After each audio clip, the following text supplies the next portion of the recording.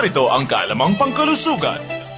Kadalasan sa mga Pinoy ay mahilig kumain ng mais dahil sa mga bitamina at minerals na ibinibigay nito. Ang mais ay nagpapalakas ng ating enerhiya. Mataas din sa calorie na mayroong 350 calories per 100 grams. Mataas din sa fiber. Ang isang baso ng mais ay mayroong 20% fiber at mataas na ito sa mga bitamina B katulad ng thiamine at niacin na maganda sa nerve at cognitive function. Ang mais ay mayroon ding mga minerals na tulad ng phosphorus, magnesium, manganese, zinc, iron, and copper. Panlaban ito sa cancer at sa heart disease. Kinokontrol nito ang kolesterol at nilalabanan nito ang anemia dahil sa folic acid nito at vitamina B. Nilalabanan din nito ang diabetes at hypertension dahil ang phytochemicals na nasa mais ay epektibo para sa mga taong may hypertension. Ang mais ay source din ng beta-carotene na nagpapalinaw ng paningin. Ang mais ay isang source ng thiamine, isang nutrient na tumutulong sa paggalaw ng ating utak. Ito din ay mataas sa antioxidants na nagtatanggal ng mga bakterya at tumutulong para maging maayos ang kondisyon ng balat.